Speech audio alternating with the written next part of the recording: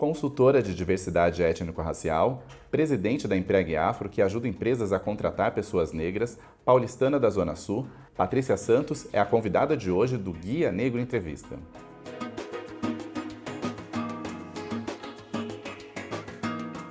Hoje a Patrícia está recebendo a gente aqui na Empregue Afro e eu queria que você contasse um pouquinho como surgiu essa empresa e o que ela faz. Nós somos uma consultoria de RH e o nosso foco é a questão étnico-racial. A gente trabalha de forma plural para dizer para grandes empresas a importância de contratar profissionais negros, e aí a gente faz políticas de recrutamento e seleção, de treinamento e desenvolvimento de pessoas.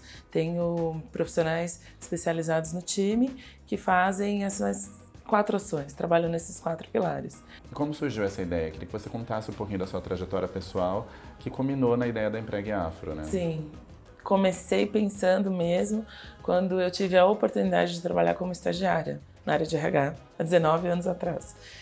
E quando eu comecei a fazer recrutamento e seleção sozinha, nas dinâmicas que eu fazia, eu vi que não vinham profissionais negros.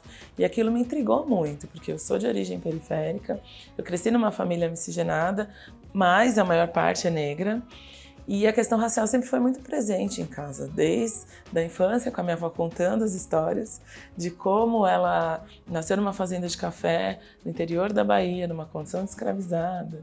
E o meu pai trazia muito das violências que a gente enfrenta no dia a dia, de como superar isso, para o meu irmão como homem negro, para mim, e para minha irmã como mulheres negras. Então eu tinha uma consciência racial, de gênero, socioeconômica diferenciada da maioria dos meus amigos. E quando eu comecei a trabalhar em RH, eu falei, gente, quase não vem negros nas dinâmicas que eu fazia. E às vezes a gente fazia de 30 a 40 vagas mês, toda semana tinha 2, 3 dinâmicas de grupo com 40 pessoas, não vinham negros. E eu falei, tem uma conta errada, tem alguma coisa que não bate, porque lá na periferia tem uma negrada, a família do meu pai tem uma negrada, por que eles não vêm? E essa minha inquietude, essa minha indignação me fez estudar sobre as questões raciais. Naquela época, no 2000, 2001, a gente tinha pouca literatura no Brasil sobre negro no mercado de trabalho. Em 2003, 2004 é que começaram as discussões mais acirradas por causa das políticas de cotas no Brasil. E nesse período eu fui participando de movimentos negros, de reuniões, de grupos de estudo, até porque eu também estava fazendo faculdade, então tinha que terminar a minha graduação e pensar o que eu poderia fazer para trazer mais negros. E aí foi só no final da minha graduação mesmo que eu conheci um grupo de estudantes negros da Faculdade de Tecnologia aqui em São Paulo, que eles diziam que eles tinham muita dificuldade de passar no processo seletivo e às vezes de se candidatar às vagas. E eu, mas não é tão difícil, trabalho com RH há 4 anos, né? Achei que eu tinha muita experiência, posso dar umas dicas para vocês. E aí o meu amigo, que é um dos idealizadores do coletivo, ele falou, poxa, vamos fazer palestras abertas então, pensa num projeto de empregabilidade. E aí isso foi no final de 2004, fui para casa, comecei a pensar dos livros que eu tinha, do final da faculdade, TCC, o momento que a gente estava vivendo. A ONU tinha declarado que o termo correto era afrodescendente em 2004. Então eu pensei, a gente tem que falar de empregabilidade para afrodescendentes. Então criei Empregue Afro como um acróstico, né? E uma mensagem subliminar, empregue afrodescendentes, dê oportunidades. Mas a gente começou como palestras para esses jovens universitários dentro da FATEC, e eu dava dicas de empregabilidade, de como montar o currículo, de como se comportar na entrevista, e ao longo dos anos isso foi crescendo, as empresas começaram a me chamar para fazer recrutamento e seleção. Eu fiquei os primeiros anos fazendo recrutamento e seleção, aí vi que as pessoas não passavam. Aí eu falei, não, eu tenho que falar para as empresas sobre isso, tenho que fazer treinamento, eu também tenho que preparar essas empresas que são majoritariamente brancas para receber essa galera negra. E aí eu queria saber como que funciona essa ponte, porque os negros eles são a maior parcela de desempregados aqui no Brasil, né? 66%. E nas empresas a gente tem uma maioria de empregados brancos, de diretores brancos. Como que funciona essa ponte de levar os negros para dentro das grandes empresas? Nós temos uma expertise única de mercado. Com esses 14 anos de Empregue Afro, eu construí um background que dá uma consistência para as empresas acreditarem que isso é possível por meio de um trabalho de consultoria. Mas existem outros fatores. Acho que o momento econômico que a gente está vivendo, nós somos a maioria da população, a maioria economicamente ativa. A maior parte dos consumidores no Brasil é negra.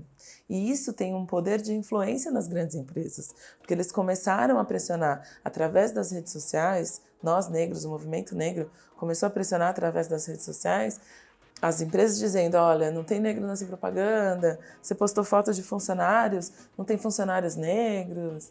E aí eles começaram a perceber que é a coisa certa a ser feita, mas é a coisa estratégica a ser feita para vender mais. E a diversidade, ela traz lucratividade, ela traz produtividade, ela traz melhores resultados. Então esse movimento das empresas entenderem começou, eu acredito, na década de 90 com a inclusão de pessoas com deficiência. Que eles começaram a pensar em grupos que são historicamente excluídos.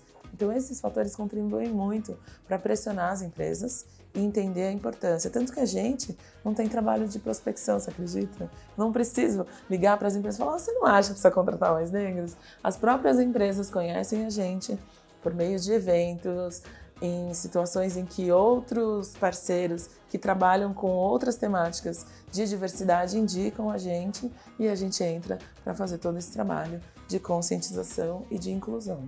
E além de procurar vocês para tentar empregar mais pessoas negras, qual que é o próximo passo que as empresas precisam dar em relação à diversidade? Elas discutem muito a conscientização, a gente tem que fazer treinamentos internos antes de contratar. A gente fala muito de viés inconsciente, a gente fala muito dessas estatísticas de desigualdades, porque existe a máxima. Todos somos iguais, a gente não contrata negros porque eles não vêm. Por que será que eles não vêm? Tem negros no seu site? Seus materiais de comunicação têm negros? Os produtos, serviços que você oferece, pensa nessa parcela da população? E aí a maioria das empresas também não sabem responder essas perguntas, porque nem o marketing, nem a comunicação também está pensando em diversidade. Então eu acredito que a gente tem que pensar num trabalho 360, com a liderança, com o marketing, com a comunicação, com as áreas de diversidade, sustentabilidade, não só para a temática do negro, pessoas com deficiência, para mais mulheres, mas eu vejo muito hoje as empresas discutindo cada vez mais inclusão LGBT. E quando a gente fala dessas pessoas que procuram trabalho e não conseguem, a gente também lembra muito de uma palavra que sempre vem quando a gente está procurando trabalho, que é a meritocracia, né? Sim. Eu queria saber como que funciona a meritocracia, se ela realmente existe, como que você vê isso? O mercado de trabalho é meritocrático. Acho que por ideologia e pela formação americana, a maioria das empresas no Brasil são multinacionais americanas e a maioria que a gente trabalha são multinacionais americanas. Eles acreditam que se você se esforçar, você tem o mérito e aí você merece as oportunidades. Só que, do meu ponto de vista, a meritocracia ela só existe quando você parte do mesmo ponto.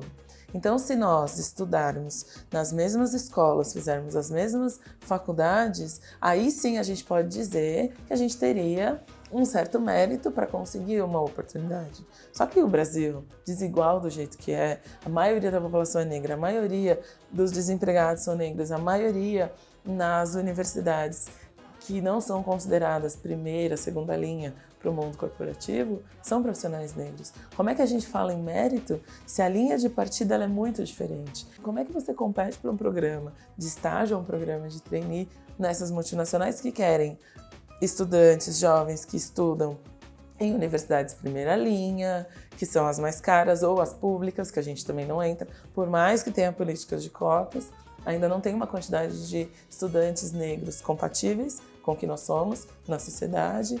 Então, por que não flexibilizar? Todo mundo que entra tem que ter inglês avançado? Não precisa, né? Então, a gente fala muito com as empresas sobre isso, discutir o conceito, repensar a forma como ele é disseminado internamente para a gente conseguir incluir. E Patrícia, depois que as pessoas são empregadas, qual que é o acompanhamento que vocês fazem que precisa ser feito dentro das empresas? A gente faz um acompanhamento mensal por meio de coaching, ou em grupo ou individual. A gente pensa no desenvolvimento de competências que são essenciais nas empresas e que a maioria de nós negros não consegue desenvolver ou precisa de alguém para ser um mentor, para dar um toque. Que dificuldades são essas, geralmente? A gente tem 3 coisas que eu vejo, do meu ponto de vista, da minha vivência, que são muito características. Assim, primeiro é o senso de pertencer. A gente tem dificuldade de se sentir pertencente aos locais. Primeiro que a maioria de pessoas brancas. Aí quando chega uma pessoa negra, e principalmente quando ela é uma das únicas, que é a questão que a gente chama de síndrome do filho único, que é a segunda dificuldade que eu vejo, é o pertencer, o estar nos lugares, frequentar restaurantes, eventos onde essas pessoas brancas estão, espaços de elite, e que a maioria vem de periferia, porque a maioria da população negra é pobre, periférica. Então, o estar nesses lugares tem esses desafios. Essa coisa de se sentir único, como é que eu entrego, como é que eu posso desenvolver as minhas competências se eu sou único. Por isso que é bom coaching em grupo. Você vai juntando únicos, sou único em tal área, sou único em tal área. E aí a gente se fortalece. E tem essas questões que envolvem mesmo a negritude, sabe? O nosso cabelo, a roupa. Então tem muita gente que fala assim, será que eu vim com uma roupa afro? Ai, apareci de trança, minha chefe veio, ai, que cabelo exótico, e eu já veio tocando no meu cabelo. E aí a gente vai no grupo desenvolvendo o repertório deles, assim, sabe? Dizendo um pouquinho do que seria o ideal a falar, de como se relacionar com a chefe, com os pares, porque eles trazem muitas dificuldades, assim. Eu sei que é uma pergunta difícil, que vocês atuam junto a várias empresas, mas se você pudesse indicar hoje uma empresa onde a diversidade já é realidade, qual seria e por quê? Nossa, na questão racial, principalmente, é muito difícil mesmo. Mas a gente tem... Pode ser 2? Pode. A gente tem 2 cases que é muito bacana, da J. Walter Thompson, que é uma agência de publicidade, que instituiu o programa de equidade racial chamado 2020, com uma meta de 20% de negros até 2020. E da Mutato, que é uma agência de publicidade também, que em um ano a gente fechou 30 vagas e a gente conseguiu contratar 26 pessoas negras. E você passeia nesses ambientes, você vê as pessoas negras lá, na Mutato mais, porque tem vários cargos, tem estagiários, tem efetivos, tem coordenadores, tem gerentes, e você vê a diversidade, né? Ela é presente porque ela é visível, e a gente tem esses programas de treinamento, tem programas de acompanhamento da liderança, um programa de acompanhamento dos profissionais negros. Eu gosto muito do que a Mutato tem feito e mostrado para os clientes deles também, que diversidade é um valor para eles e está no DNA da empresa, sabe?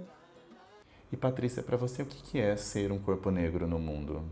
Ai, que legal essa pergunta. Ser um corpo negro no mundo é ter o Ubuntu presente, o conceito africano de humanidade. Eu sou porque nós somos.